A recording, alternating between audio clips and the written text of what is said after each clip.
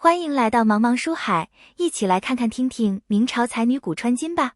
明朝才女柳梦梅在投湖自尽时，意外穿越到2023年的现代都市，被历史系教授顾远发现并收留，两人初次相遇，充满戏剧性。顾远试图帮助这位穿越者适应现代社会，同时调查她的真实身份，而柳梦梅则努力理解这个陌生世界，保持自己的尊严。天啊！这湖水为何如此污浊？柳梦梅猛地从水中探出头来，大口喘息着，乌黑的长发湿漉漉地贴在苍白的脸颊上。她明明记得自己是在明朝万历45年的杭州西湖投水自尽，怎么一睁眼却在这浑浊不堪的水中挣扎？四周嘈杂的声音如潮水般涌入她的耳朵，刺眼的灯光照得她睁不开眼。她胡乱扑腾着，沉重的衣裙拖着她不断下沉。有人落水了，快救人！岸上传来陌生的喊声，柳梦梅感到一阵眩晕。她不是已经死了吗？为何还会感到窒息和恐惧？就在她即将再次沉入水底时，一双有力的手臂环住了她的腰，将她拖向岸边。柳梦梅无力挣扎，只能任由那人将她拖上岸。小姐，你没事吧？一个低沉的男声在她耳边响起。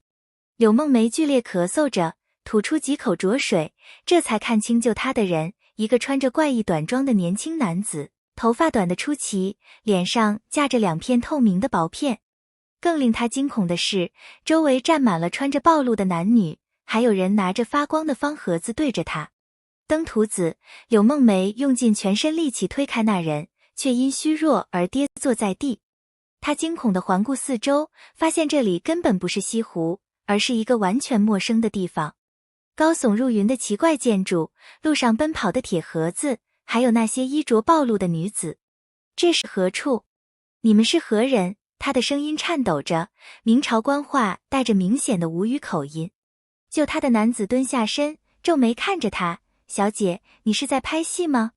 这里是杭州西湖文化广场，你刚才从栏杆上跳下去了。胡说！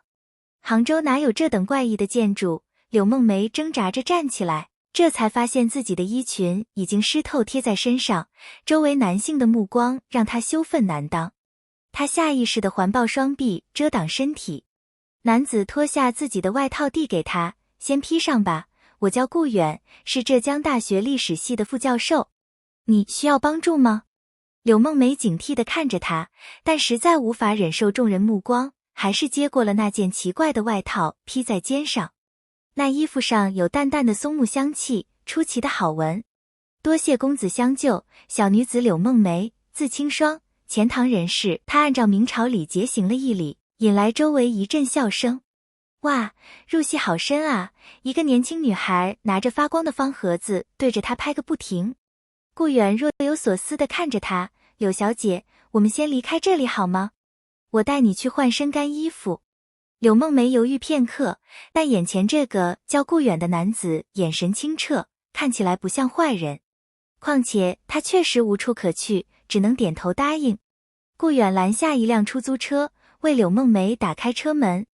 柳梦梅看到这个会动的铁盒子，惊恐地后退，此乃何物？这是出租车，就是马车的一种。顾远尽量用他能理解的词汇解释。柳梦梅将信将疑地坐进去，当车子突然启动时，她尖叫一声，扑进了顾远怀里。顾远尴尬地扶她坐好，对司机抱歉地笑笑，我朋友有点怕车。一路上，柳梦梅紧贴着车窗，惊恐地看着窗外飞驰而过的景象。那些高耸的建筑，五颜六色的灯光，川流不息的车流，这绝不是他所认识的世界。顾公子，如今是何年何月？他颤抖着问。2023年10月15日。顾远回答，仔细观察着他的反应。柳梦梅脸色煞白。2023年，距万历45年已有400余年。这不可能。顾远心中一动。作为明史专家，他立刻捕捉到了万历45年这个精确的时间点。普通人对明朝年号不会有这么准确的记忆。到了顾远的公寓楼下，柳梦梅又被电梯吓得魂不附体。当那个铁盒子自动关门上升时，他死死抓住顾远的手臂，指甲几乎掐进他的肉里。别怕，这叫电梯，是一种自动升降的工具。顾远轻声安慰。进了公寓，顾远找出几件自己的干净衣服给他，你先换上这些，可能会有点大。浴室在那边，热水已经放好了。柳梦梅警惕地看着那个明亮的房间，此乃浴堂。是的，你可以洗个热水澡。顾远帮他调好水温，简单示范了淋浴和马桶的使用方法，然后红着脸退出浴室。半小时后，柳梦梅穿着顾远的 T 恤和运动裤走出来，湿漉漉的长发披在肩上。宽大的衣服让她看起来更加娇小可怜，但洗去污泥后，她的容貌让顾远一时失神。柳叶眉，杏仁眼，肤如凝脂，活脱脱从古画中走出的仕女。柳小姐，你真的来自明朝？顾远递给她一杯热茶，试探性地问。柳梦梅捧着茶杯，手指微微发抖。我本欲投湖自尽，不知为何会来到此处。顾公子，你相信我说的话吗？顾远推了推眼镜，作为历史学者，我见过太多无法解释的史料。如果你真的是穿越者，这将是个惊人的发现。柳梦梅突然跪下行大礼，求顾公子收留。小女子在此举目无亲，实在无处可去。顾远慌忙扶她起来，别这样，你先住我这里，我们再慢慢想办法。当晚，顾远让出卧室给柳梦梅，自己睡在客厅沙发上。夜深人静时，他辗转难测，脑海中全是那个古风古韵的女子。她要么是个演技精湛的疯子，要么真的是从明朝穿越而来的古人。第二天一早，顾远被一阵尖叫声惊醒。他冲进厨房，发现柳梦梅正举着菜刀对着嗡嗡作响的冰箱。妖物！这柜子会自己发出声响，他惊恐地说。顾远忍住笑意，耐心地解释了冰箱的原理。接下来的早餐时间，他又教会了他使用微波炉和电水壶。柳梦梅学得很快，但每次电器启动时还是会吓得一哆嗦。顾公子，你们这个时代的人都会仙术吗？他敬畏地看着顾远操作手机。这不是仙竹，是科技。顾远笑着打开电视，正好在播放古装剧。柳梦梅瞪大眼睛，这盒子里有人。他们穿的衣服倒是与我们大明有几分相似。顾远趁机问道，柳小姐，你能告诉我你为什么会投湖自尽吗？柳梦梅的神色暗淡下来，家父遭奸人陷害，满门抄斩。我因在外祖家省亲逃过一劫，但无处可去，又不愿受辱，故而……顾远心头一紧。历史上确实记载过万历年间多起官员被冤杀的案件。他轻轻握住柳梦梅的手，在这里你很安全，没人会伤害你。柳梦梅抬头看他，眼中泪光闪动，顾公子为何对我这般好？顾远一时语塞，他自己也说不上来。也许是因为学者的好奇心，也许是因为他眼中的无助触动了他，又或许仅仅是因为她太美了。我带你出去走走吧，熟悉一下环境。顾远转移话题，不过你得换身衣服。他翻箱倒柜，找出一套前女友留下的运动服，让柳梦梅换上。看着明朝才女别扭地穿着现代服装，顾远忍不住笑出声。有何可笑？柳梦梅红着脸问。没什么，很适合你。顾远递给她一顶棒球帽，戴上这个，你的发型太显眼了。走在街上，柳梦梅像出生的婴儿一样，对一切都充满好奇。她指着汽车问，那是不是不用马拉的车？看到飞机以为是大铁鸟，对红绿灯的变化惊叹不已。最让她震惊的是，街上男女公然牵手拥抱，女子穿着短裙露着腿。伤风败俗，她捂住眼睛，却又从指缝中偷看。顾远带她去了一家杭帮菜馆，点了几道传统菜肴。柳梦梅尝了一口西湖醋鱼，眼泪突然流下来，这味道与我家厨子做的一模一样。看着她落泪的样子，顾远心中某处柔软被触动了。他递上纸巾，慢慢吃，还有很多。饭后，顾远决定带柳梦梅去学校。他今天有一节明代文化史的课，或许他能提供一些独特的见解。教室里，学生们好奇地看着顾远身边这个古装剧打扮的美丽女子。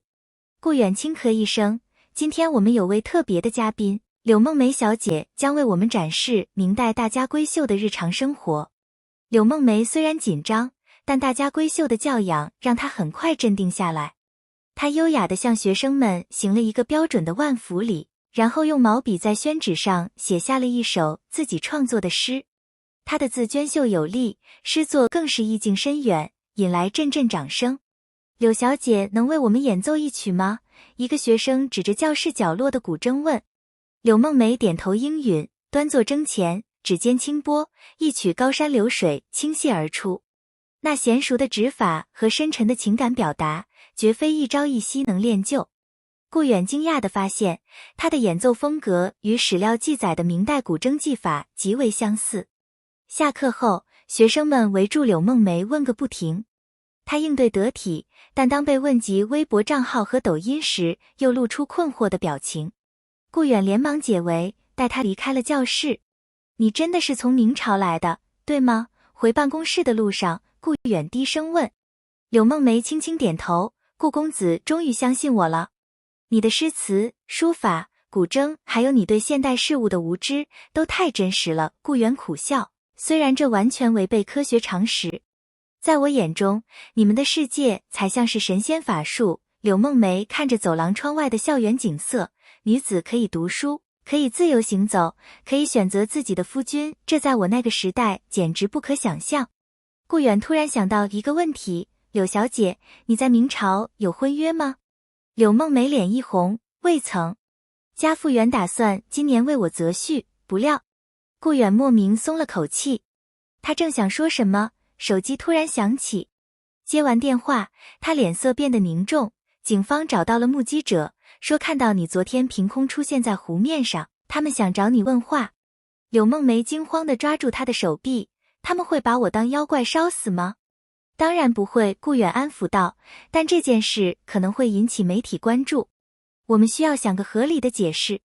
就在这时，顾远的同事李教授推门而入，兴奋地举着手机，老顾，你上热搜了。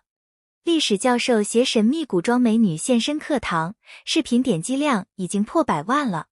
顾远和柳梦梅面面相觑，看来平静的日子要结束了。100万点击量，顾远一把抢过李教授的手机，屏幕上赫然显示着1235689次播放，标题是浙大历史课惊现真，古代才女。视频里，柳梦梅抚琴吟诗的倩影被拍得一清二楚。这怎么回事？顾远手指发颤，差点把手机摔在地上。李教授兴奋地搓着手，学生们上传的呗。老顾，你从哪儿找来这么个宝贝？那古筝技法，那书法功底，绝对是专业级的。柳梦梅站在一旁，困惑地看着两人。顾公子，何为点击量？没等顾远回答，办公室的门又被推开，3个拿着相机和话筒的年轻人冲了进来。柳小姐，我们是新奇发现栏目组的，能采访一下您吗？请问您这身装扮是日常穿搭吗？您和顾教授是什么关系？闪光灯噼里啪啦亮起，柳梦梅惊叫一声，躲到了顾远身后。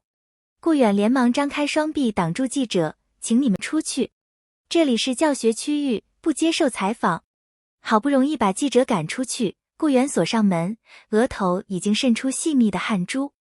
他转向李教授，老李，这是麻烦了。李教授挑眉，怎么？他不是你找来的演员？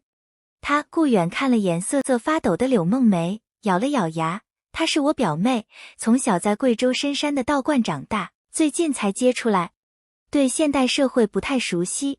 柳梦梅瞪大眼睛，显然不明白顾远为何说谎，但她聪明地保持了沉默，只是轻轻拽了拽顾远的衣角。李教授将信将疑，怪不得那他这些才艺，道观里的老道长教的。顾远硬着头皮编下去，他第一次来大城市，有点怕生。老李，这事能不能先别声张？送走李教授后，顾远长舒一口气，转身对柳梦梅说，抱歉，我刚才不得不撒谎。如果被人知道你真的是穿越来的，后果不堪设想。柳梦梅点点头，我明白。在我们那个时代，女子名声也很重要。他顿了顿，但是顾公子，点击量到底是什么？那些人为何要拍我？顾远拿出手机，点开视频给他看。柳梦梅看到自己在小小的屏幕里弹琴吟诗，惊得差点把手机扔出去。妖术，我被收进这盒子里了。不是，顾远连忙解释，这叫视频，就像把影像记录下来，让很多人同时看到。现在全国可能有上百万人都看过你弹琴了。柳梦梅脸色煞白，百万人都看到了我。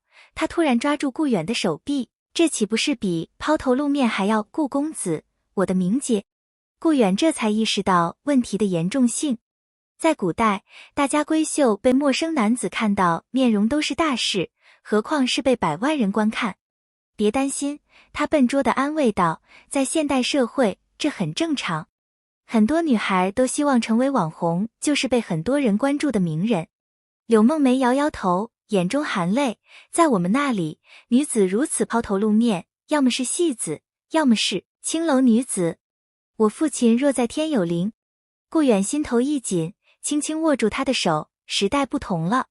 在这里，女子展示才华是被鼓励的。你看那些记者，他们是被你的才艺吸引，不是要羞辱你。柳梦梅将信将疑，但情绪似乎平静了些。就在这时，顾远的手机又响了。他看了一眼，脸色变得更加难看。是系主任，媒体已经把电话打到学校了。他深吸一口气，柳小姐，我们得离开这里。你家不，你暂时回不去了，得先找个地方避避风头。顾远带着柳梦梅从教学楼后门溜出去，叫了辆出租车，直奔自己的公寓。一路上，柳梦梅紧贴着车窗，看着外面飞速后退的街景。顾公子，你们这个时代的车比马车快多了，他小声说。顾远勉强笑了笑，这叫汽车，用汽油驱动，不用马拉。汽油？柳梦梅皱起秀气的眉头，是从油井里开采的那种猛火油吗？差不多吧，不过经过提炼了。顾远惊讶于他的见识，你知道油井？柳梦梅点点头，家父曾任工部员外郎，主管过陕西延长县的油井。天工开物中也有记载。顾远眼前一亮，你读过天工开物？那可是明代科技巨著。家中藏书甚丰，我自幼喜读杂书。柳梦梅说到读书，眼中闪过一丝光彩。父亲开明，允我随兄长一同受教。只是他神色又暗淡下来，女子终究不能参加科举。顾远正想说什么，司机突然插话，哎，后面那辆车是不是在跟着我们？顾远回头一看，一辆白色 SUV 紧紧跟在出租车后面，副驾驶有人正举着相机拍摄。该死，是狗仔队！顾远咒骂一声，师傅，能甩掉他们吗？司机咧嘴一笑，坐稳了。一个急转弯后，出租车猛然加速，在车流中灵活穿梭。柳梦梅惊叫一声，整个人扑进了顾远怀里。顾远下意识地搂住她，感受到她娇小的身躯在微微发抖。别怕，很快就到了，他在她耳边轻声说，闻到她发间淡淡的桂花香气。经过一番追逐，出租车终于甩掉了跟踪者，安全抵达公寓楼下。顾远付了车费，拉着柳梦梅快步走进电梯。这次柳梦梅虽然还是害怕，但至少没有尖叫，只是紧紧抓着顾远的手臂不放。进了公寓，顾远立刻拉上所有窗帘，然后瘫坐在沙发上。今天真是太刺激了。柳梦梅怯生生地站在客厅中央，像个做错事的孩子。顾公子，都是我连累了你。不是你的错。顾远叹了口气，只是我没想到会引起这么大轰动。他拿出手机，发现已经有10几个未接来电和数十条消息，大部分都是媒体采访请求。最令他头疼的是系主任发来的消息，顾远，电视台想做期关于你表妹的专题节目，校领导很重视，明天上午到我办公室详谈。这下麻烦了，顾远揉着太阳穴，校领导都惊动了。柳梦梅走到他身边坐下，小心翼翼地问，顾公子，我是不是给你惹了大麻烦？若是不便，我可以离开。离开？你能去哪？顾远转头看他，发现他眼眶又红了。别多想，我不是嫌弃你，只是我们得想个合理的解释。他忽然想到什么，起身从书架上取下一本明史，翻到万历年间的部分。刘小姐，你说你父亲是工部员外郎，姓柳，能告诉我全名吗？柳梦梅犹豫片刻，轻声道：家父柳文渊，字子敬，万历38年进士，曾任工部都水清吏司员外郎。顾远迅速查阅资料，手指突然停在一处，找到了。柳文渊，万历45年因兼修河工贪墨案被处斩，家产超没。他抬头看向柳梦梅，声音不自觉地放柔：家属发配边疆。柳梦梅的眼泪终于落下来，父亲是冤枉的。他为人刚正，从未贪过一文钱，是乃阉党栽赃陷害。顾远轻轻揽住他的肩膀：我相信你。历史上那段时间确实有很多冤案。他沉思片刻：柳小姐，如果你真的是柳文渊的女儿，那你的穿越或许不是偶然。什么意思？柳梦梅抬起泪眼。我在研究明代科技史时，曾看到过一些关于时空异常的记载。顾远兴奋地说，特别是万历末年，有多起人忽不见的案例。也许当时发生了什么特殊的天文现象。柳梦梅听得云里雾里，但顾远眼中的热切让她感到一丝希望。顾公子是说我有可能回去？这个还不确定。顾远不想给他虚假希望，但至少我们能搞清楚发生了什么。不过在那之前，我们得应付眼前的麻烦。他拿出笔记本电脑，搜索柳梦梅的名字，结果令他倒吸一口冷气。相关新闻已经超过100条，微博热搜榜上这大古装才女排名第3。事情比我想象的严重。顾远喃喃道。柳梦梅好奇地看着电脑屏幕，这又是什么仙家法宝？顾远苦笑，这叫电脑，一种能快速获取信息的工具。他点开一个视频，你看，这是今天你弹琴的画面。柳梦梅看着屏幕中的自己，惊讶地捂住嘴，这比铜镜清晰100倍。看着他天真无邪的反应，顾远突然有了主意。刘小姐，明天学校可能要我们接受采访。如果你不想被当成怪物研究，就得配合我演一场戏。演戏？对，你要扮演一个从小在深山道观长大，精通传统文化的现代女孩。顾远认真地说，我会告诉他们你是我远房表妹，因为特殊原因一直隐居。你能做到吗？柳梦梅咬了咬下唇，我尽量。可是我对你们这个时代知之甚少。我会教你的，顾远安慰道。今晚我们就来个现代生活速成班。接下来的几个小时里，顾远耐心地向柳梦梅解释现代社会的基本常识，从国家政体到日常生活，从科技发展到社交礼仪。令他惊讶的是，柳梦梅学得极快，记忆力超群，很多概念一点就通。原来如此，你们没有皇帝，而是由民众推选官员，这倒与孟子民为贵的思想相符。柳梦梅若有所思，女子可以读书、做官、经商，真好。顾远笑道，你适应的比我想象的快多了。我父亲常说，苟日新，日日新，又日新。柳梦梅眼中闪过一丝哀伤，她若能看到这个时代，该有多高兴。顾远不知该如何安慰，只好转移话题，来，我教你用手机。这是现代人最离不开的工具。柳梦梅小心翼翼地接过那部智能手机，顾远教她基本的触屏操作。当她第一次成功用相机功能自拍时，惊喜地叫出了声，这比西洋镜还要神奇。看着她孩子般的笑容，顾远心头莫名一暖。这个从400年前穿越而来的女子，在经历家破人亡的悲剧后，依然保持着对世界的好奇与纯真。夜深了，顾远让柳梦梅先去休息，自己则继续查阅关于柳文渊案的史料。越查他越确信，柳梦梅所言非虚，那确实是一起典型的政治冤案。第二天一早，门铃就响了。顾远透过猫眼一看，竟然是系主任张教授和2个校领导。顾远，开门。我们知道你在家。张教授的声音透过门板传来。顾远慌忙叫醒柳梦梅，快起来，学校领导来了，记住我们的剧本。5分钟后，顾远打开门，强作镇定地迎接访客。张教授，各位领导，早上好。张教授是个60多岁的严肃学者，他径直走进客厅，目光扫向刚从卧室出来的柳梦梅。这就是你那位表妹？柳梦梅穿着顾远前女友留下的一条淡蓝色连衣裙，头发简单的扎成马尾。虽然没有古装衬托，但她那种古典气质依然扑面而来。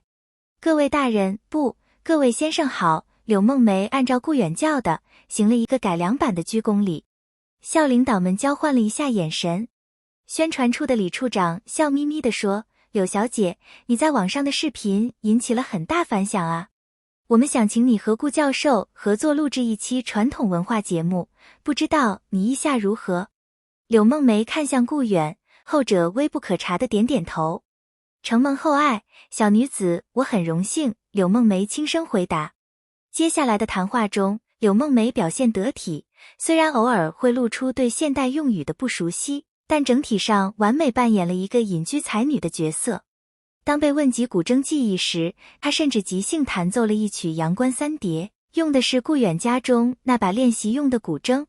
太精彩了！李处长拍手称赞：“刘小姐，你的演奏中有很多独特的技法，与现代传承的版本很不一样。”柳梦梅坦然道：“这是万历年间流行的指法，后世战乱频繁，许多技艺都失传了。”他无心的一句话，却让在场的历史系教授们竖起了耳朵。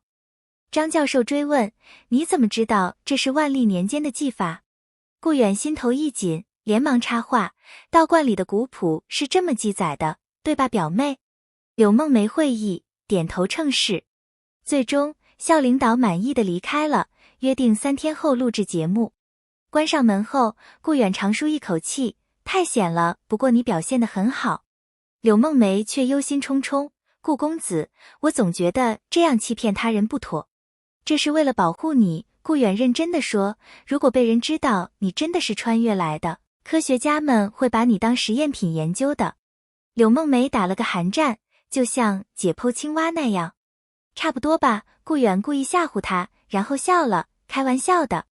不过确实会引起很多不必要的麻烦。”接下来的2天，顾远请了假，专心致志地帮柳梦梅适应现代生活。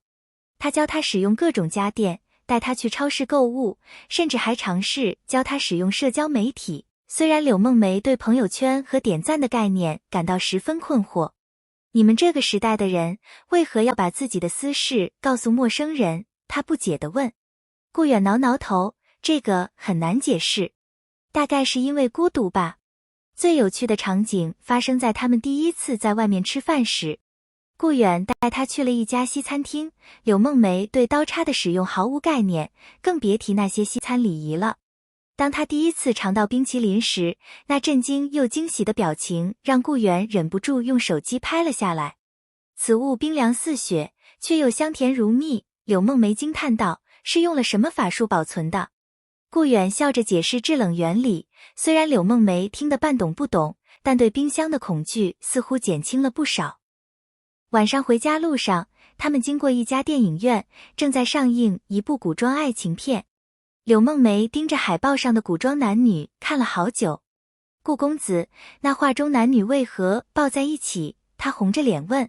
“那是电影海报，就是一种活动的画，讲述故事用的。”顾远突然有了主意：“想进去看看吗？”于是，柳梦梅的人生第一次电影院体验开始了。顾远选了一部轻松的爱情喜剧，讲述现代女孩穿越到古代的故事。柳梦梅全程目瞪口呆，当看到巨大的银幕上出现人物特写时，她差点从座位上跳起来。“这些人被关在墙里了吗？”她惊恐地问。顾远连忙低声解释电影的拍摄原理。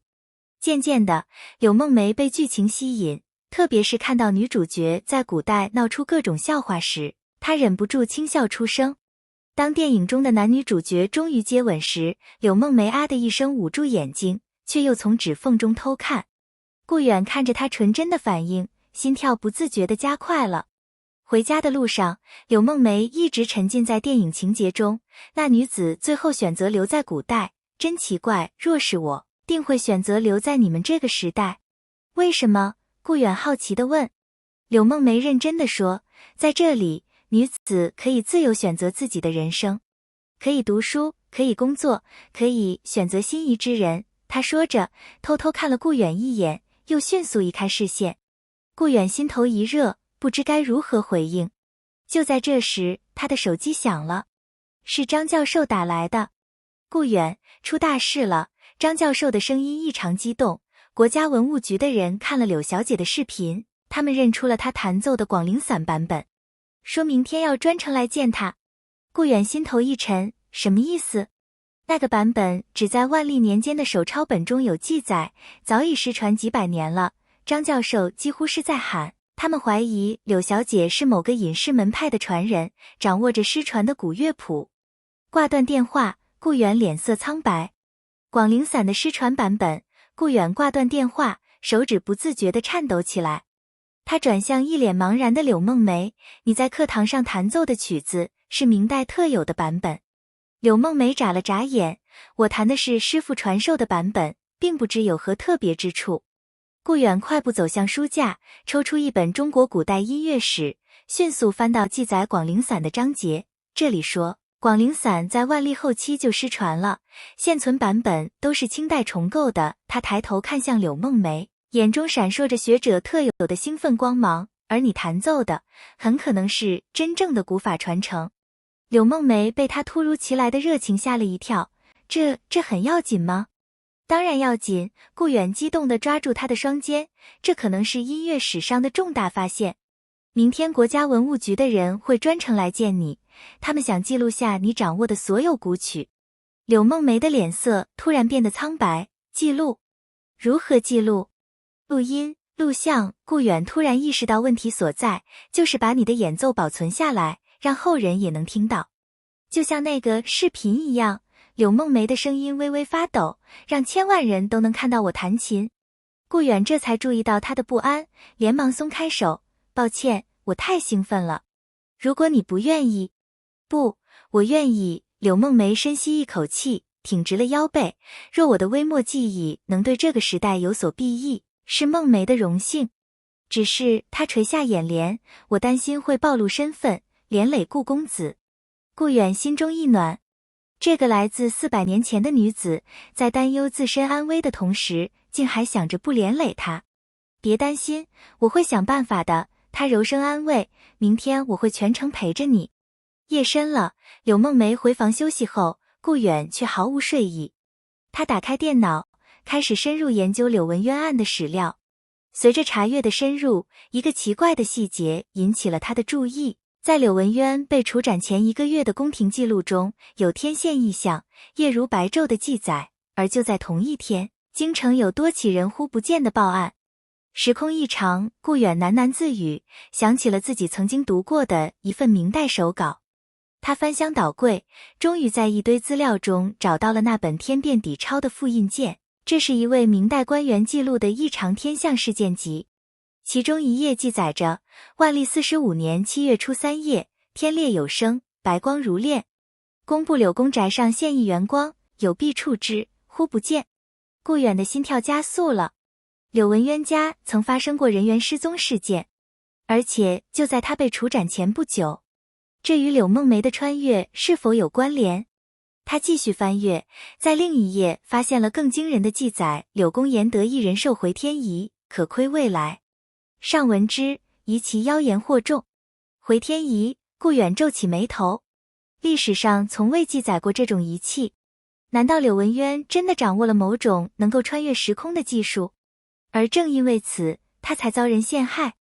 这个想法太过离奇，却又奇妙解释了许多疑点。顾远决定第二天去学校图书馆查阅更多资料。第二天一早，顾远就被电话铃声惊醒。是他的研究生林小雨打来的。顾老师，你快看微博，有人发帖说认识柳小姐，还说要揭穿她的真面目。顾远一个机灵坐起身，什么？他迅速打开手机，热搜榜上赫然挂着这大古装才女身份造假的话题。点进去一看，一个 ID 为明史求真的用户发了一篇长文，声称柳梦梅是他失散多年的表妹，根本不是什么深山道观长大的隐士，而是某演艺公司的签约艺人，这次事件完全是炒作。更让顾远心惊的是，这篇文章附了一张照片，一个与柳梦梅有7分相似的现代女孩，穿着古装站在影视城的照片。这不可能，顾远喃喃道。柳梦梅听到动静走出卧室，看到顾远难看的脸色，担忧地问：顾公子，发生何事了？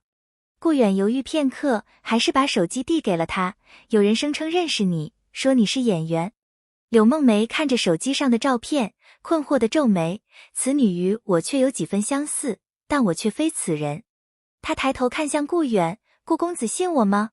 我当然相信你，顾远叹了口气，但问题是，这个人提供了证据，网友们已经开始质疑了。再加上今天文物局要来。正说着，门铃响了。顾远透过猫眼一看，是2名穿着正装的陌生男子。顾教授，我们是国家文物局的，关于柳小姐的事，想与您详谈。顾远深吸一口气，打开了门。2位专家，一个姓王，一个姓李，都是50多岁的学者模样。寒暄过后，王专家直奔主题：顾教授，我们看了柳小姐演奏广陵散的视频，那指法与万历年间的手抄本记载完全一致。这种技法已经失传300多年了。李专家补充道，更奇怪的是，我们查了所有音乐学院的记录，没有任何关于柳梦梅的学籍信息，她就像是凭空出现的一样。顾远感到后背渗出冷汗，这个我表妹确实没有正规学历。表妹？王专家意味深长地看了他一眼，顾教授，明史不是您的专业领域吗？柳文渊案您应该很熟悉吧？顾远心头一震，您这是什么意思？李专家拿出一份复印件，这是我们在故宫档案中心发现的柳文渊家谱。他确实有个女儿，名叫柳梦梅，但在抄家前就投湖自尽了。柳梦梅听到这里，手中的茶杯啪地掉在地上，摔得粉碎。你们找到我家的家谱了？她的声音颤抖得几乎听不清。2位专家交换了一个眼神。王专家轻声道：柳小姐，您不必害怕，我们只是想知道真相。顾远知道瞒不下去了，他深吸一口气，如果我告诉你们真相，你们能保证不将柳小姐当作实验品研究吗？在得到肯定的答复后，顾远将柳梦梅穿越的经过和盘托出。令他意外的是，2位专家并没有表现出过度的惊讶。时空异常，果然如此。王专家喃喃道，我们在研究万历末年天象记录时，就发现过异常能量波动的痕迹。李专家点点头，如果柳小姐真的掌握了失传的古乐技法，这对复原明代音乐有不可估量的价值。柳梦梅突然站起身，脸色苍白如纸，诸位大人先生，我是不是不该存在于这个时代？我只是个已死之人。她的声音哽咽了，眼泪如断线的珠子般滚落。顾远心疼地将她搂入怀中，别这么说，你的到来一定有它的意义。2位专家识趣的告辞，答应暂时保守秘密，但希望能录制柳梦梅演奏的完整古曲目录。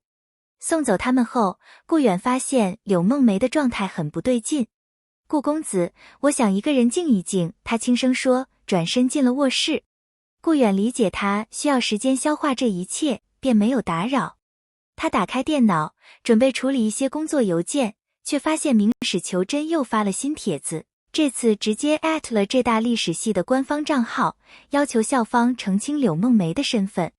更糟糕的是，评论区有人贴出了一张老照片，民国时期一个与柳梦梅极为相似的女子站在古董店前的合影，配文是我家祖上传言，曾祖母年轻时遇到过一位自称来自明朝的女子。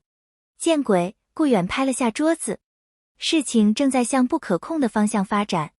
就在这时，卧室门开了，柳梦梅走了出来，眼睛红肿，但神色平静的出奇。顾公子，我想学用那个手机，她轻声说，既然要在这个时代生活，我该学会这些。顾远有些意外，但还是拿出备用手机，耐心教她基本操作。柳梦梅学得很快，不久就能自己发短信和拍照了。他给手机起了个名字叫梦回大明，还开通了微信。我想记录在这里的生活，他解释道，就像日记一样。顾远帮他注册了账号，看着他用生涩的现代汉语发了第一条朋友圈：今习得手机用法，慎其之。子间器物精巧，然人心似骨。这条文言文朋友圈很快引来一堆点赞和评论，大多是顾远的同事和学生，纷纷表示柳小姐好文采。下午，顾远接到系里电话，不得不去学校处理明史求真引发的舆论危机。临走前，他再三叮嘱柳梦梅不要给陌生人开门，有事立刻打电话。到了学校，顾远发现事情比他想象的更严重。系主任办公室里，除了张教授外，还有校宣传处的负责人和一位西装革履的男子。顾远，这位是赵世凯先生，明文化研究基金会的理事长。张教授介绍道，他对柳小姐的事很感兴趣。赵世凯约莫70岁左右，面容精明，手腕上戴着一块价值不菲的古董表。他微笑着向顾远伸出手，顾教授，久仰大名。我对明代音乐很有研究，听说柳小姐掌握了一些失传的技法。顾远与他握手时，莫名感到一丝不适。赵世凯的笑容太过完美，眼神却冷得吓人。柳小姐确实懂一些古琴技法，但网上那些传言……赵世凯打断他，我查过所有资料，没有任何关于柳梦梅的现代记录。但他对明代宫廷乐的了解却精确到令人发指。他意味深长地看着顾远，除非他真的来自那个时代。顾远心头一紧，赵先生说笑了，时间旅行只存在于科幻小说中。赵世凯不置可否地笑了笑，递给顾远一张名片，如果柳小姐有兴趣进行学术合作，随时联系我，我们基金会可以提供丰厚的报酬。送走赵世凯后，张教授把顾远拉到一边，这个赵世凯来头不小，家族做古董生意起家，据说在黑白两道都有人脉。他突然对柳小姐感兴趣，你要小心点。顾远点点头，心中的不安越发强烈。他给柳梦梅发了条微信，问她是否安好，却迟迟没有回复。处理完学校的事务，顾远匆匆赶回家。推开门，公寓里静悄悄的。柳小姐，他呼唤着，没有回应。卧室门开着，床上整整齐齐，只有那部备用手机放在枕头上。顾远拿起一看，屏幕上显示着一条未发送的草稿。顾公子，见你书桌抽屉中女子相片，知你心有所属。梦梅不便再扰，就此。顾远猛地拉开书桌抽屉，里面确实放着他和前女友的合影，那是他一直没舍得扔的回忆。糟了，顾远抓起车钥匙冲出门去。柳梦梅对这个现代城市几乎一无所知，她能去哪？她开车在附近街道转了一圈又一圈，询问路人是否见过一个穿蓝色连衣裙、长发及腰的年轻女子，却一无所获。天色渐暗，远处传来闷雷声，一场暴雨即将来临。顾远的心揪成一团。柳梦梅会害怕打雷吗？她身上没钱，也没带手机，万一遇到坏人。就在他几乎绝望的时候，手机突然响了，是一个陌生号码。喂，顾远急切地接起。请问是顾远先生吗？一个女生问道。我这里是西湖区派出所，我们这儿有位女士，说是您的表妹。她说不清住址，只记得您的电话。顾远长舒一口气，我马上到。20分钟后，顾远冲进派出所，看到柳梦梅蜷缩在长椅上，浑身湿透，脸色苍白如纸。见到顾远，他的眼泪一下子涌了出来。顾公子，我本想离开，却不识路，天又下雨，那雷声好大。他抽泣着，像个迷路的孩子。顾远心疼地将他搂入怀中，没事了，我来了。办完手续离开派出所时，雨已经小了。顾远脱下外套披在柳梦梅肩上，他却突然停下脚步。顾公子，那相片中的女子是你心爱之人吗？他低声问，眼睛盯着地面。顾远愣了一下，随即明白过来，那是我前女友，我们早就分手了。他犹豫片刻，鼓起勇气补充道，现在我心里有别人了。柳梦梅抬起头，雨水顺着她的脸颊滑落，分不清是雨还是泪，是我连累了你。若非我凭空出现，你本可过着平静的生活。顾远再也忍不住了。他捧起柳梦梅的脸，轻声道：“听我说，柳梦梅，不管你是哪个时代的人，我只知道我不能失去你。”柳梦梅的眼中闪过一丝光芒，随即又暗淡下来。可我是个不该存在的人，我的家在400年前，我的亲人早已……你现在有我了，顾远坚定地说，我会帮你找到回家的方法，但在这之前，让我照顾你，好吗？柳梦梅凝视着他，终于轻轻点头。两人在雨中相拥，仿佛整个世界只剩下他们彼此。回到家，顾远帮柳梦梅吹干头发，煮了姜汤驱寒。柳梦梅捧着热汤，突然说：“顾公子，今日我迷路时遇到一位老者。他说我长得像他祖母照片里的人。”顾远心头一紧，什么样的老者？70、80岁年纪，拄拐杖，说姓赵。柳梦梅回忆道：“他说他祖母民国时遇到过一位自称来自明朝的女子，还留了张合影。”顾远立刻想到了赵世凯，他是不是戴着块古董表，说话带着点上海口音？柳梦梅惊讶的点头：“顾公子认识他？”今天刚见过。顾远神色凝重，他说是什么基金会的理事长，对你很感兴趣。我总觉得他不怀好意。柳梦梅若有所思，他问我知不知道回天仪。回天仪？顾远猛地站起身，就是我在古籍上看到的那东西。柳小姐，你父亲是否曾提过这个？柳梦梅的脸色变了，你怎知家父之事？回天仪是父亲从一位西域方士处所得，据说能窥见未来，父亲因此遭人陷害。他突然抓住顾远的手，那赵姓老者说，他家族世代在寻找回天仪，说那本应属于他先祖。顾远脑中灵光一闪，我明白了，赵世凯很可能是当年陷害你父亲的那些人的后代，他们一直在寻找回天仪，而现在你的出现。两人对视一眼，同时意识到了事情的严重性。赵世凯不仅相信柳梦梅是穿越者，更可能认为他知道回天仪的下落。就在这时，门铃响了。顾远透过猫眼一看，顿时血液凝固。赵世凯带着2个彪形大汉站在门外，脸上再没了白天的儒雅，只剩下冷酷的贪婪。顾教授，我知道刘小姐在您这儿，她的声音透过门板传来，我们只是谈谈关于回天仪的事。门外的声音让顾远浑身紧绷，他示意柳梦梅保持安静，迅速扫视公寓，寻找可能的出口。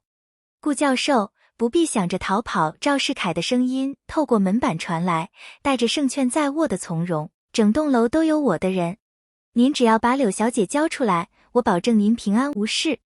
柳梦梅抓住顾远的手臂，指甲几乎掐进他的肉里，他的嘴唇无声地动着。怎么办？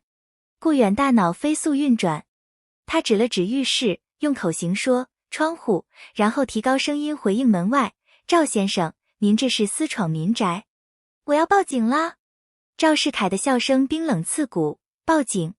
顾教授，您觉得警察会相信一个穿越者的故事吗？顾远拉着柳梦梅轻手轻脚地移向浴室，他的公寓在2楼，从浴室窗户跳下去不算太高。他一边挪动，一边继续与赵世凯周旋。我不知道您在说什么。柳小姐只是我表妹。表妹？赵世凯冷笑，柳文渊的女儿会有现代亲戚？顾教授，您太让我失望了。顾远心头一震，赵世凯竟然知道柳梦梅的父亲是谁。他不再犹豫，一把推开浴室窗户，示意柳梦梅先下去。柳梦梅却犹豫了，这么高，跳下去，膝盖弯曲，我会马上跟上。顾远急声道。就在这时，大门传来砰的一声巨响，有人开始撞门了。柳梦梅脸色煞白，咬了咬牙，爬上窗台一跃而下。顾远听到一声闷响和轻微的痛呼，知道他安全落地了。他正准备跟上，浴室门却被猛地踢开。赵世凯的2个手下冲了进来。顾远来不及多想，抓起洗手台上的玻璃杯砸向其中一人的脸，趁对方吃痛后退的空隙，纵身跳出窗户。他落地时没掌握好平衡，右脚踝传来一阵剧痛。柳梦梅连忙扶起他，顾公子，没事，快跑。顾远忍着痛，拉着他向小区后门跑去。身后传来赵世凯愤怒的吼声，抓住他们。别让那女的跑了。夜色掩护下，两人跌跌撞撞地跑出小区，钻进一条小巷。顾远的右脚踝已经肿了起来，每跑一步都像针扎般疼痛。顾公子，你受伤了。柳梦梅焦急地看着他。不严重，先甩开他们。顾远喘着粗气，掏出手机叫了一辆网约车，我们去火车站，离开杭州。车很快到了，顾远让司机开到城站，途中不断回头看是否有追兵。顾公子，那赵世凯究竟是何人？为何知道家父名讳？柳梦梅低声问，声音还在发抖。顾远摇摇头，我也不清楚，但他明显对你和回天怡很了解。他顿了顿，刘小姐，你父亲真的提过回天怡吗？柳梦梅的眼神飘向远处，似乎在回忆，父亲获罪前夜曾秘密召我入书房，将我自幼佩戴的玉佩举到灯下，指尖摩挲着背面我从未在意的纹路，清霜，此物实为回天钥匙。他下意识摸向脖颈，却摸了个空。啊，玉佩不见了。别急，可能是跳窗石掉了。顾远安慰道，那玉佩有什么特别？父亲说，那是开启回天之门的钥匙，务必妥善保管。柳梦梅的眼中泛起泪光，我自小佩戴，从未离身，如今丢了，如何对得起父亲在天之灵？顾远握紧他的手，等安全了，我们再想办法找回来。现在最重要的是离开杭州。到了火车站，顾远买了最近一班去南京的高铁票。候车时，他注意到柳梦梅一直紧张地环顾四周，像只受惊的小鹿。放松点，他们一时找不到这里。顾远轻声安慰，同时警惕地观察着周围的人群。柳梦梅突然压低声音，顾公子，左前方那穿黑衣的男子已偷窥我们3次了。顾远心头一紧，假装整理行李，用余光瞥向柳梦梅指的方向。果然，一个身材魁梧的男子正假装看手机，眼神却不时瞟向他们。该死，被跟踪了！顾远暗骂一声，我们得改变计划。他拉着柳梦梅起身，假装去洗手间，实则绕到了车站的另一侧。广播里正在播报他们那班列车开始检票的消息。听着，一会儿我数到3，我们就冲向检票口。顾远紧盯着那个黑衣人的动向，混入人群后立刻换到最后一节车厢。柳梦梅点点头，眼中闪烁着顾远从未见过的坚毅光芒。明白。1、2、3，两人突然加速，冲向检票口。身后传来一声怒喝，站住！但很快被人群的嘈杂淹没。他们顺利通过检票，在站台上左拐右绕，最终登上了最后一节车厢。列车启动后，顾远才长舒一口气，暂时安全了。柳梦梅却依然紧绷，那赵世凯为何对回天怡如此执着？顾远思索片刻，根据史料记载，回天怡可能是某种能够穿越时空的装置。如果你父亲真的掌握了这种技术，所以我的穿越并非偶然。柳梦梅睁大眼睛，而是与回天怡有关。顾远点点头，很有可能。赵世凯家族世代寻找回天怡，一定是想利用他的力量改变历史。柳梦梅倒吸一口冷气，父亲曾说，回天怡若落入奸人之手，后果不堪设想。列车在夜色中飞驰，窗外的灯光如流星般掠过。柳梦梅靠在窗边，疲惫终于战胜了紧张，她的眼皮开始打架。睡一会儿吧，顾远轻声道，到南京还要2个小时。柳梦梅犹豫片刻，轻轻靠在了顾远肩上，多谢顾公子。她的声音越来越小，很快呼吸变得均匀绵长。顾远低头看着她熟睡的面容，长长的睫毛在脸上投下淡淡的阴影，嘴角还带着一丝倔强的弧度。这个从400年前穿越而来的女子，在短短几天内经历了常人难以想象的变故，却依然保持着惊人的坚韧。他轻轻拂开她额前的一缕碎发，心中涌起一股强烈的保护欲。不管付出什么代价，他都要保护她周全。列车抵达南京时已是深夜，顾远扶着睡眼惺忪的柳梦梅下车，在车站附近找了家不起眼的小旅馆。前台是个睡眼惺忪的中年妇女，对两人深夜入住见怪不怪，只要求出示身份证。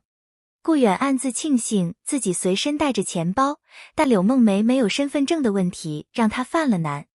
我表妹的身份证丢了，正在补办，他试探着说。老板娘狐疑地打量着柳梦梅复古的着装和长发，真的假的？我们这儿可是正规旅馆。柳梦梅突然开口，声音轻柔却坚定，大姐，我与表哥探亲途中遭遇小偷，所有证件财物尽失。您行性好，容我们暂住一宿。他说着，行了一个标准的古礼，您的大恩大德，小女子没齿难忘。老板娘被这突如其来的古风台词镇住了，半晌才摆摆手，算了算了，看你们也不像坏人，就住一晚啊。进了房间，柳梦梅立刻检查了门窗，然后拉上所有窗帘。她的动作熟练得让顾远惊讶。你好像很擅长这个。柳梦梅苦笑，家父获罪后，我曾在外躲藏半月有余，学了些藏身之法。顾远心头一酸，这个看似柔弱的古代闺秀，实际上早已经历过生死考验。简单洗漱后，两人合衣而卧。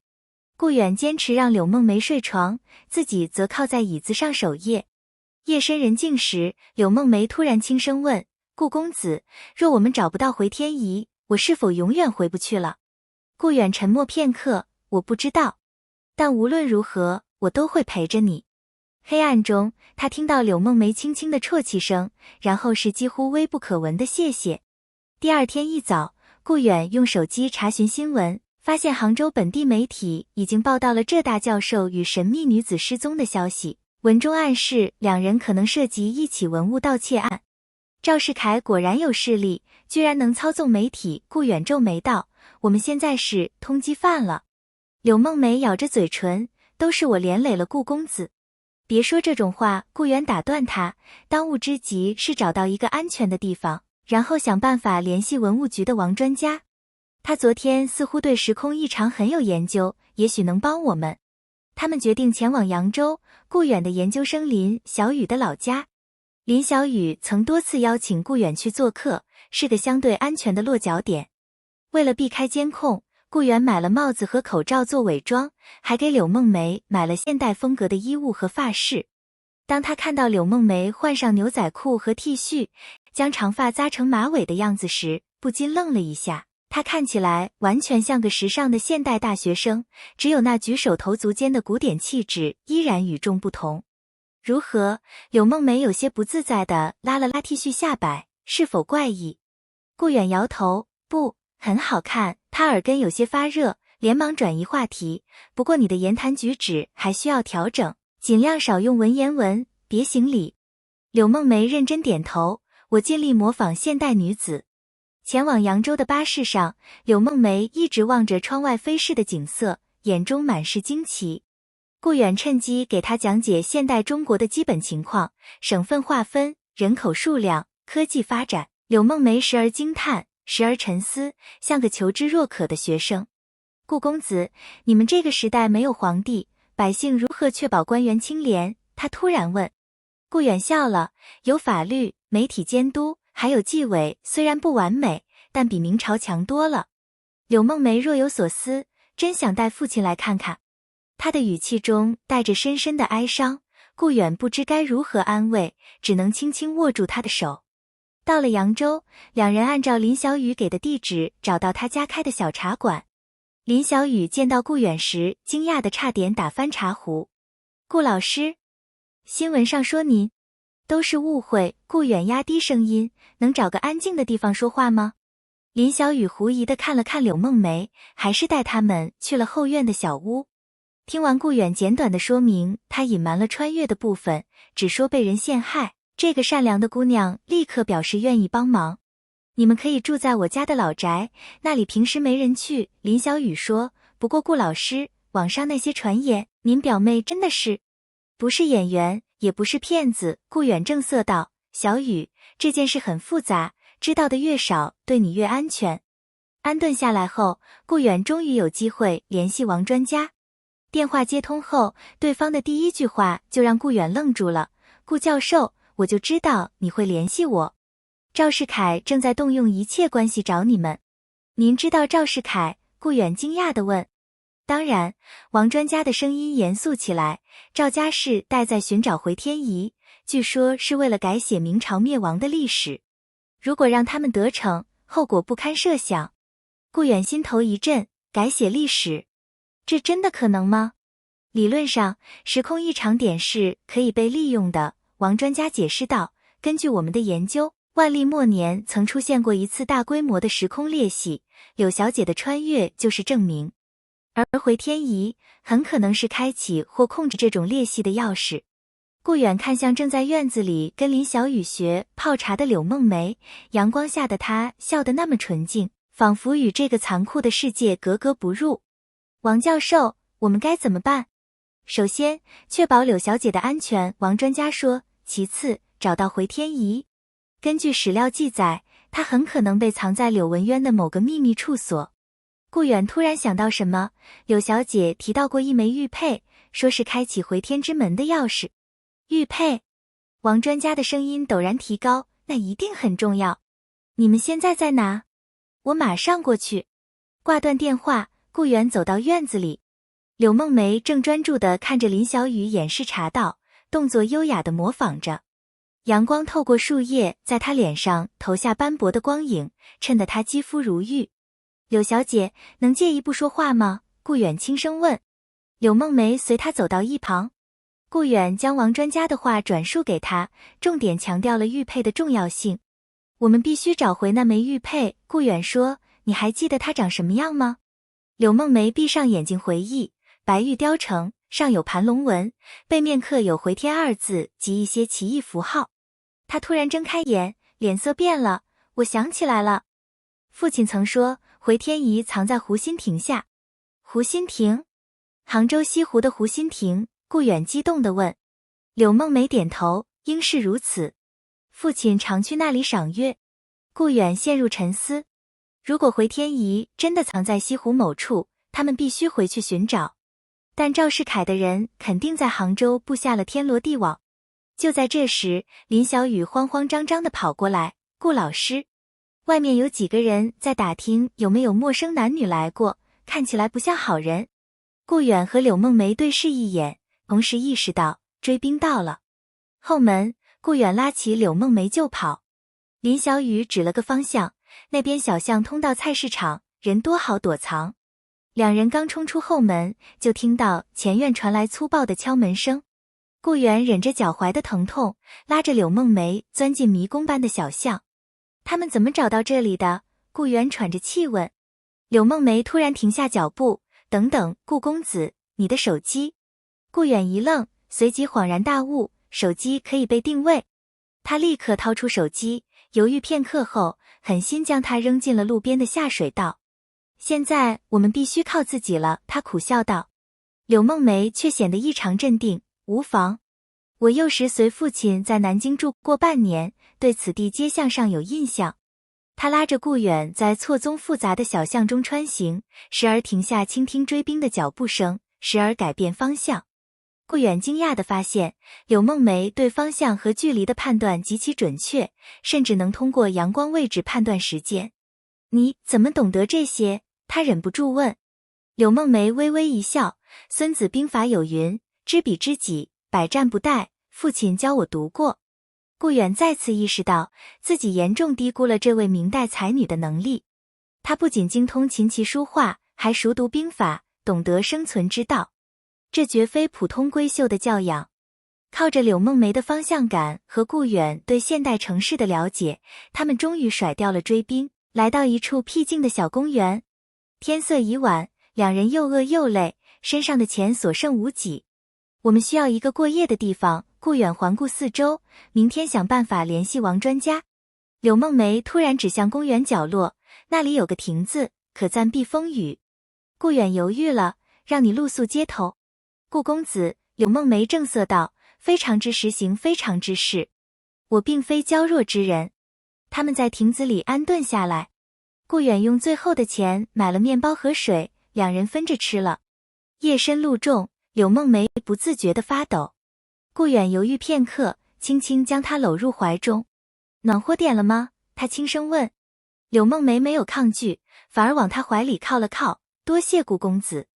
月光下，他的侧脸如瓷器般精致。顾远突然有种冲动，想亲吻他光洁的额头，但还是克制住了。顾公子，柳梦梅突然开口，若我们寻得回天仪，你是希望我回去，还是留下？这个直白的问题让顾远心头一颤。他沉默良久，才诚实回答，我不知道。作为学者，我应该帮助你回到属于你的时代。但他顿了顿，作为顾远，我舍不得你走。柳梦梅抬头看他，眼中闪烁着复杂的光芒。在明朝，我已是投湖自尽之人，回去也是孤魂野鬼。但留在此处，他轻叹一声，我终究不属于这个时代。顾远握紧他的手，不管最后决定如何，我都会尊重你的选择。柳梦梅靠在他肩头，轻声道，有顾公子此言，梦梅已无遗憾。两人相拥而眠，在月光的守护下，暂时忘却了追兵的威胁。明天等待他们的将是更加危险的旅程，重返杭州，寻找那可能改变一切的回天仪。清晨的阳光透过亭子的栏杆斜射进来，顾远被一阵鸟鸣声惊醒。他低头看去，柳梦梅仍在他怀中安睡，睫毛在脸上投下淡淡的阴影，嘴角带着一丝恬静的微笑。这一刻的美好让他几乎忘记了他们正在逃亡。轻轻摇醒柳梦梅，顾远低声道，我们得走了，趁公园人还不多。柳梦梅睁开眼，看到自己躺在顾远怀里，脸颊顿时飞上2朵红云，连忙坐直身子整理衣衫。顾公子昨夜多有冒犯。顾远笑了笑，非常时期，不必拘礼。现在我们需要想办法联系王专家，然后去杭州找那个回天仪。他们离开公园，在附近的小巷里找到一家早点铺，用身上最后的零钱买了豆浆和包子，两人坐在角落里边吃边商量对策。没有手机，怎么联系王教授？顾远皱眉思索。柳梦梅环顾四周，突然指向街对面，顾公子，那是何场所？顾远顺着他手指的方向看去，是一家网吧，可以上网的地方，太好了！他眼前一亮，我们可以用电子邮件联系王教授。吃完早饭，他们走进网吧。顾远用身份证开了台电脑，迅速登录邮箱，给王专家发了封加密邮件，简要说明情况并请求帮助。发完邮件，他顺手搜索了一下最近的新闻，发现这大教授涉嫌文物盗窃的消息已经登上了热搜。赵世凯的能量比我想象的还大，顾远低声咒骂，警方都介入调查了。柳梦梅担忧地看着屏幕上顾远的照片，都是我连累了顾公子。别这么说，顾远关掉网页，我们先找个地方等王教授回信。离开网吧，他们在老城区漫无目的地走着，经过一条古色古香的街道时，柳梦梅突然停下脚步。此处似曾相识，她喃喃道，目光扫过两旁的古建筑，对了，这是超官街。父亲任南京工部主事时，曾带我来此买过文房四宝。顾远惊讶地看着他，400年过去了，这条街居然还在。虽店铺不同，但格局未变。柳梦梅兴奋地指向前方，那里原是一家古董店，不知。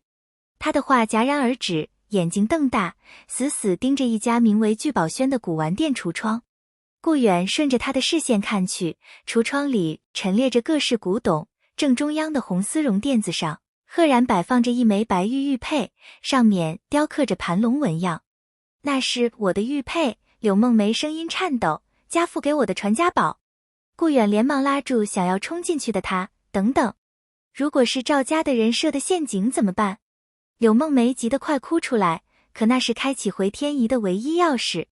顾远思索片刻，这样，你在对面茶馆等着，我进去试探一下。柳梦梅勉强同意了这个安排。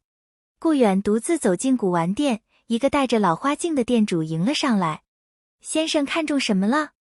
本店都是真品，保证年代准确。顾远假装随意浏览，最后停在玉佩前，这个看起来不错，能拿出来看看吗？店主小心翼翼取出玉佩，先生好眼力。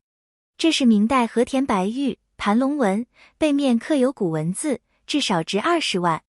顾远接过玉佩，翻到背面，果然刻着回天2字和一些奇怪的符号。他强忍激动，故作平静地问：这么贵重的东西，来历可靠吗？绝对可靠，店主压低声音，是杭州一位大收藏家寄卖的，说是家传宝物，最近急需用钱才出手。顾远心中一动，那位收藏家是不是姓赵？店主惊讶地看着他，您认识赵先生？果然如此。赵世凯不知怎么得到了玉佩，故意放在这里钓鱼。顾远不动声色地放下玉佩，只是猜测。价格能商量吗？最低18万，不能再少了。顾远假装考虑，我需要和家里人商量一下，稍后再来。离开古玩店，顾远快步走向对面茶馆。柳梦梅立刻迎上来，如何？确实是你的玉佩，但要价18万。顾远沉声道，更麻烦的是，他是赵世凯放在那里钓鱼的。柳梦梅脸色煞白，那我们……别急，顾远安慰道，我们先等王教授回信，看他有什么办法。他们在茶馆坐了一上午，顾远每隔半小时就去网吧查一次邮件。中午时分，终于收到了王专家的回复。顾教授，我已到扬州。下午3点，史可法纪念馆后门见。务必小心，赵家耳目众多。王，顾远长舒一口气，太好了，王教授亲自来了。下午3点，两人准时来到史可法纪念馆后门。这里游人稀少，是个隐蔽的会面地点。不多时，一个戴着鸭舌帽和口罩的男子走近，正是王专家。跟我来，别回头，他低声道，领着他们拐进附近一条小巷，又七拐八绕走了10几分钟，最后停在一栋老式民居前。进屋后，王专家才摘下口罩，神色凝重，情况比我想象的严重。赵世凯已经动用黑白两道的关系在找你们，甚至悬赏100万。顾远苦笑，我们这么值钱？不是钱的问题。王专家严肃地看着柳梦梅，赵家世代在寻找回天仪，据家族记载，那是一件可以改变历史的宝物。柳梦梅轻声道，家父曾说，回天仪能窥见未来，但使用不当会招致大祸。王专家点点头，根据我家族留下的记载，回天仪确实能打开时空裂隙，但需要特定条件和钥匙。他看向顾远，你们找到钥匙了？找到了，但拿不回来。顾远将古玩店的事说了一遍。王专家沉思片刻，18万我可以想办法，但问题是，那明显是个陷阱。王教授，顾远忍不住问，您为什么这么帮我们？您到底是谁？王专家长叹一声，从怀中取出一块古旧的铜牌，上面刻着奇怪的星象图案。我本姓钦，祖上是明代钦天监的官员，世代守护时空秘密。回天仪本是钦天监研制，后被柳大人所得。柳梦梅惊讶地看着他，钦天监？父亲确实提过，回天仪原为朝廷所有。万历年间，阉党专权，欲夺回天仪以谋私利。王专家继续道，柳大人为保护此物，遭人陷害。我祖上暗中相助，但未能救他全家。顾远恍然大悟，所以赵世凯的祖上是当时的锦衣卫指挥使赵德安，阉党爪牙。王专家冷笑，赵家一直相信回天仪能让他们祖先称帝，改写明朝灭亡的历史。柳梦梅眼中燃起怒火，原来如此，那赵世凯是仇人之后。现在最重要的是拿到玉佩，找到回天仪。王专家说，我会安排人去买玉佩，你们暂时躲在这里，千万别出门。王专家离开后，顾远和柳梦梅在简陋的客房里休息。柳梦梅坐在窗边，望着远处的天空发呆。想家了？顾远轻声问。柳梦梅点点头，又摇摇头，家中亲人早已不在，回去也是物是人非。只是他转头看向顾远，想到父亲含冤而死，心中难平。顾远坐到他身边，如果能回去，你想改变历史吗？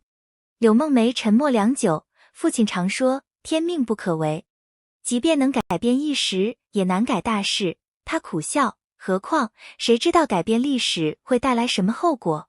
傍晚时分，王专家回来了，脸色却不太好看。玉佩拿到了，但出了点意外，他取出那枚白玉玉佩，赵世凯的人跟踪了我的助手，现在他们可能已经猜到我们在扬州。柳梦梅激动地接过玉佩，手指轻轻抚过上面的纹路，却是家父之物。背面这些符号是星图，王专家解释道，指向某个特定时间和地点的星空排列，应该是回天仪启动的关键。顾远凑近查看，这些符号看起来像某种密码。明天是农历15，月圆之夜，王专家突然说，根据我家族记载，月圆时时空壁垒最薄弱，是启动回天仪的最佳时机。柳梦梅握紧玉佩，那我们需尽快赶往杭州湖心亭。太危险了，王专家摇头，赵世凯肯定已经派人守在那里。顾远思索片刻，如果我们声东击西呢？派人假装去别处，引开他们的注意力。三人商量到深夜，最终制定了一个大胆的计划。明天一早，王专家会派助手大张旗鼓地前往苏州，制造他们已离开扬州的假象，而顾远和柳梦梅则伪装成游客，乘高铁返回杭州，趁月圆之夜寻找回天仪。第二天清晨，他们按计划分头行动。顾远和柳梦梅换上王专家准备的游客装扮，顾远戴着假发和眼镜，柳梦梅则烫了一次性卷发，穿着时尚的连衣裙，看起来完全像个现代都市女孩。差点认不出你了，顾远笑道。柳梦梅不自在地拉了拉裙摆，这般装扮实在有违礼制。很漂亮，顾远由衷地说。柳梦梅脸一红，低头不语。王专家送他们到车站，临别前交给顾远一个锦囊，里面是我祖传的星象图和回天仪使用说明，月初时分打开看。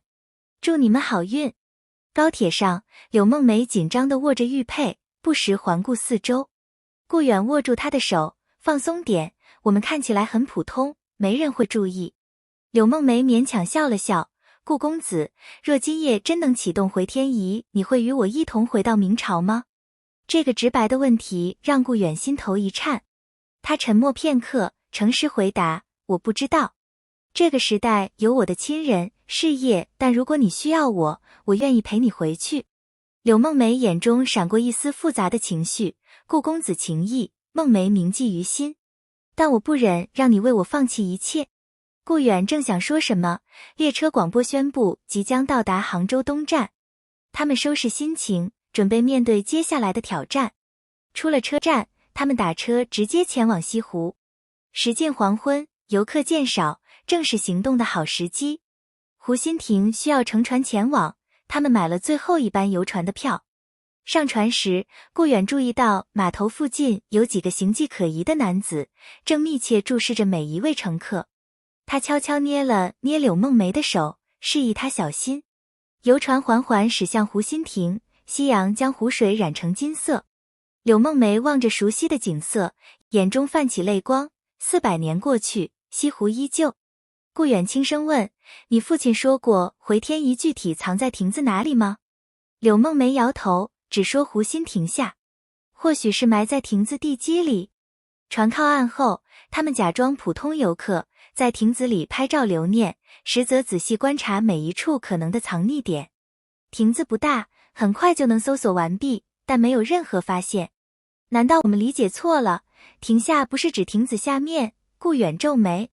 柳梦梅突然指向水面，会不会是水下？顾远看向湖面，夕阳的余晖中，他注意到亭子正下方的水底似乎有块突出的石头，形状规则的不像天然形成的。你父亲会潜水吗？柳梦梅摇头，但家父善泳，且回天仪可能设有机关，不需直接触碰。天色渐暗，游船即将返航，他们必须做出决定，要么随船离开，要么留下来继续寻找，但那样会引起怀疑。我们留下，顾远下定决心，等游客都走了，我下水看看。最后一班游船离岸后，湖心亭只剩下他们2人。顾远迅速脱掉外套和鞋子，准备下水。小心，柳梦梅担忧地说。顾远潜入微凉的湖水中，向那块奇怪的石头游去。靠近后，他发现那根本不是石头，而是一个金属装置，上面有与玉佩纹路相似的凹槽。浮出水面换气时，他兴奋地告诉柳梦梅，找到了。确实是个装置，上面有镶嵌玉佩的凹槽。柳梦梅激动不已，越快出来了，我们得抓紧时间。顾远再次潜入水中，这次带上了玉佩。他将玉佩对准凹槽按下去，完美契合。一瞬间，金属装置发出微弱的蓝光，水底泛起一串气泡。突然一阵剧烈的能量波动从水底传来，玉佩被一股无形的力量推出，浮上水面。柳梦梅眼疾手快，伸手捞起湿漉漉的玉佩，喊道：顾公子，他自己回来了。突然，岸上传来一声厉喝：他们在那里！快！顾远冒出水面，看到4、5个男子正从一艘快艇上跳下来，为首的正是赵世凯。顾远，把回天仪交出来！赵世凯怒吼道。柳梦梅抓起顾远的衣服和鞋子：顾公子，快上来！顾远拼命游向亭子另一侧，但赵世凯的人已经包抄过来。就在千钧一发之际，湖面突然掀起一阵奇怪的波浪，快艇剧烈摇晃起来。怎么回事？赵世凯惊慌地抓住栏杆。天空中，一轮满月刚刚升起，月光照射在湖面上，泛起奇异的光晕。顾远想起王专家的锦囊，连忙爬上岸，从湿透的口袋里掏出那个小袋子。里面是一张古老的星象图和几行小字：月满之时，以玉佩为药，星图为引，心念所向，即开天门。柳梦梅也看到了这些字，迅速取出玉佩，她正在月光下发出淡淡的蓝光。赵世凯已经稳住快艇，正命令手下向亭子逼近，别让他们启动回天仪。顾远展开星象图，柳梦梅将玉佩放在图上对应的位置。刹那间，一束蓝光从玉佩射出，直指天空中的某颗星星。湖面开始旋转，形成一个巨大的漩涡，亭子剧烈摇晃起来。赵世凯的快艇被卷入漩涡，惊叫声不绝于耳。顾公子，柳梦梅紧紧抓住栏杆，回天仪启动了。顾远感到一阵强烈的拉扯感，仿佛身体要被撕裂。星象图上的符号开始发光，形成一个光环将他们包围。柳梦梅，顾远在呼啸的风声中大喊：现在可以选择，回到过去还是留在现在？你想清楚。柳梦梅望着他，眼中泪光闪烁。我。就在这时，赵世凯突然从水中爬上来，一把抓住柳梦梅的脚踝，休想逃走。顾远冲过去，一脚踢开赵世凯，但自己也失去平衡，重撞在亭柱上，顿时头破血流。顾公子，柳梦梅尖叫一声，扑到他身边。光环越来越亮，漩涡中心出现了一个发光的通道。赵世凯挣扎着爬起来，又想扑过来，却被一阵强风吹回水中。柳梦梅，顾远虚弱地说：快决定，通道不会维持很久。柳梦梅看着奄奄一息的顾远，又看看那个发光的通道，泪水滚落。她紧紧抱住顾远，在他耳边轻声说：400年的时空阻隔，抵不过此刻心意相通。我选择留下。话音刚落，光环突然扩大，然后猛地收缩，将两人包裹其中。一阵刺目的闪光后，湖面恢复了平静，漩涡消失了，仿佛什么都没发生过。远处，警笛声越来越近，刺眼的白光渐渐散去，顾远感到自己躺在坚硬的地面上，头痛欲裂。耳边传来柳梦梅带着哭腔的呼唤：顾公子，顾公子。他艰难地睁开眼，映入眼帘的是柳梦梅梨花带雨的脸庞。湖心亭的轮廓在月光下显得格外清晰，四周的湖水平静如镜，仿佛刚才的狂风巨浪从未发生过。我们还在现代？顾远嘶哑地问。柳梦梅点点头，泪水滴在她的脸上。我选择了留下，回天仪已经关闭了。顾远挣扎着坐起来，环顾四周。赵世凯和他的手下不知所踪，湖面上只有几片快艇的残骸漂浮着。远处，警笛声和救护车的鸣笛越来越近。赵世凯被漩涡卷走了。柳梦梅低声说：顾公子，你流了好多血。顾远摸了摸额头的伤口，疼得龇牙咧嘴。没事，皮外伤。他认真地看着柳梦梅，你确定吗？选择留在这个时代。柳梦梅深吸一口气，眼中虽有泪光，却无比坚定。家父若在天有灵，会理解我的选择。那个时代留给我的只有痛苦回忆，而这里，他轻轻握住顾远的手，这里有你。顾远心头一热，正想说什么，一队警察和救护人员已经冲上亭子。这里有人受伤，一个警官喊道，是顾教授吗？我们接到报案说有人在这里袭击你们。接下来的几个小时像一场混乱的梦。顾远和柳梦梅被送往医院，接受了简单的治疗。警方详细询问了事情经过，顾远坚持说他们是被文物贩子赵世凯绑架勒索的受害者。对于胡新亭发生的奇异现象，则表示自己当时头部受伤，记不清了。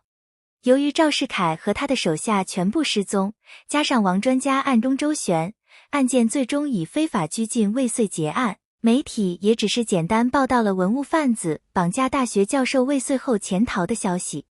1周后，顾远和柳梦梅回到了杭州。站在顾远公寓的阳台上，望着远处西湖的波光粼粼，柳梦梅轻声问，顾公子，我们以后该如何生活？顾远从背后轻轻环住他，首先给你弄个合法身份。王教授说他可以帮忙，以古文化传承人的名义申请特殊人才居留。柳梦梅转过身，眼中带着忧虑，我一无学历，二无亲属，但你有一身明代大家闺秀的真才实学。顾远笑道，王教授已经联系了国家非遗保护中心，他们对你掌握的明代琴艺、刺绣和礼仪非常感兴趣，愿意聘你为顾问。柳梦梅眼中闪过惊喜，当真？我能靠自己的才学谋生？当然，顾远柔声道，这个时代，女子可以从事任何职业。你可以教古琴，可以开刺绣工作室，甚至可以上大学，学任何你想学的东西。柳梦梅的眼中闪烁着憧憬的光芒，但很快又暗淡下来。可是顾公子，你我们，他低下头，声音机不可闻，非亲非故，同住一屋檐下，恐有损你名声。顾远心跳加速，鼓起勇气抬起他的下巴，柳梦梅，经历了这么多，你还看不出我的心意吗？他深吸一口气，我不想只做你的保护者或朋友，我想成为你的家人。柳梦梅的眼中瞬间盈满泪水，顾公子。当然，这需要时间。顾远连忙补充，你需要先适应这个时代，找到自己的位置。我可以等。柳梦梅突然踮起脚尖，轻轻吻了他的脸颊，然后红着脸退开。我心亦然，只是须得明媒正娶。顾远摸着被吻过的地方，傻笑起来。当然，我会正式向你求婚的。不过在这之前，他拿出一个新手机递给他，欢迎来到21世纪，柳小姐。在接下来的几个月里，柳梦梅以惊人的速度适应着现代生活。她学会了使用各种电器，掌握了智能手机的基本操作，甚至开通了名为梦回大明的社交媒体账号，用半文半白的文字记录自己对现代生活的观察，意外走红网络。王专家兑现了承诺，通过特殊人才计划为柳梦梅取得了合法居留身份。非遗中心为他举办了一场明代古琴演奏会，门票一售而空。演出结束后，多家媒体争相报道这位深谙古代艺术的才女。一天晚上，顾远下班回家，发现餐桌上摆满了明代风格的菜肴。柳梦梅穿着汉服改良的现代连衣裙，笑吟吟地等他。今日何故如此丰盛？顾远学着他的口气问。柳梦梅神秘地笑着，从身后拿出一个精美的锦盒，我的第一份薪水所购礼物，望顾公子笑纳。顾远打开盒子，里面是一块精致的机械表，表盘上刻着细密的盘龙纹样。这很贵吧？顾远惊讶地问。柳梦梅点点头，非遗中心的酬金，加上社交媒体收入。我特意选了龙纹，与家父给我的玉佩纹样相似。他顿了顿，售货小姐说，情侣间赠表，寓意每一分每一秒都想与你共度。顾远心头一热，郑重地戴上手表，我会永远珍惜它。然后从公文包里掏出一份文件，巧了，我也有礼物给你。柳梦梅打开文件，是浙江大学的录取通知书，她被破格录取为艺术学院特聘研究员。我可以在大学工作了。柳梦梅的声音颤抖着，手指轻轻抚过通知书上的校徽。顾远点点头，校长特批的。你将以明代艺术传承人的身份，协助开设传统艺术课程。柳梦梅突然扑进顾远怀里，泪水打湿了他的衬衫。顾公子，不，顾远，我不知该如何感谢。顾远轻抚她的长发，不用谢，看着你在这个时代绽放光彩，就是我最大的快乐。随着时间推移，柳梦梅在学术界和艺术界都小有名气。她将明代刺绣技艺与现代设计结合，创立了梦回大明工作室，作品在巴黎时装周上大放异彩。同时，她在浙江大学的课程也场场爆满，学生们亲切地称她为从古画中走出来的教授。1年后的中秋之夜，顾远神秘兮兮地带着柳梦梅来到湖心亭，那个改变他们命运的地方。月色如洗，湖面泛着银光，与1年前那惊心动魄的夜晚何其相似，却又如此平静美好。还记得1年前的今晚吗？顾远牵着柳梦梅的手问。柳梦梅点点头，眼中闪着回忆的光芒。那夜你为我负伤，我为你放弃了回到过去。顾远突然单膝跪地，从怀中取出一个小绒盒，打开后，里面是一枚镶嵌着钻石的戒指，戒托上雕刻着精细的明代云纹。柳梦梅，不，柳青霜，顾远用她的字称呼，声音微微颤抖。这1年看着你在新时代绽放光芒，是我生命中最美好的时光。无论跨越多少时空，我都会找到你。你愿意成为我的妻子吗？柳梦梅的眼泪如断了线的珍珠，她伸出颤抖的手，轻声道：我愿意。顾远将戒指戴在她的手指上，起身紧紧拥抱她。月光下，2个跨越400年时空相爱的灵魂终于找到了归宿。婚礼在半年后举行，融合了明代礼仪和现代元素。柳梦梅穿着自己设计的嫁衣，明代凤冠霞帔与现代婚纱的完美结合。顾远则穿着改良版明代婚服，胸前别着现代的新郎胸花。王专家作为证婚人，看着这对新人，眼中满是欣慰。婚后，他们在西湖边开了家名为时空相遇的小茶馆，1楼经营茶饮和柳梦梅设计的文创产品，2楼是顾远的小型历史研究室。生活平淡却充满诗意，就像柳梦梅常说的，此心安处是吾乡。某个春日的午后，柳梦梅在茶馆后院绣花时，突然感到一阵恶心。经过检查，医生宣布了一个令他们惊喜的消息：柳梦梅怀孕了。我们的孩子会是什么样呢？那天晚上，柳梦梅靠在顾远肩头，轻声问。顾远轻抚她尚且平坦的腹部，一定会像你一样聪慧美丽。我想教她，不，或许是教她琴棋书画，就像父亲当年教我那样。柳梦梅眼中闪烁着母性的柔光，还要告诉她，她的母亲来自一个很遥远的时代。我会告诉她，她的父母跨越了400年的时空才相遇，这是多么难得的缘分。顾远吻了吻她的额头。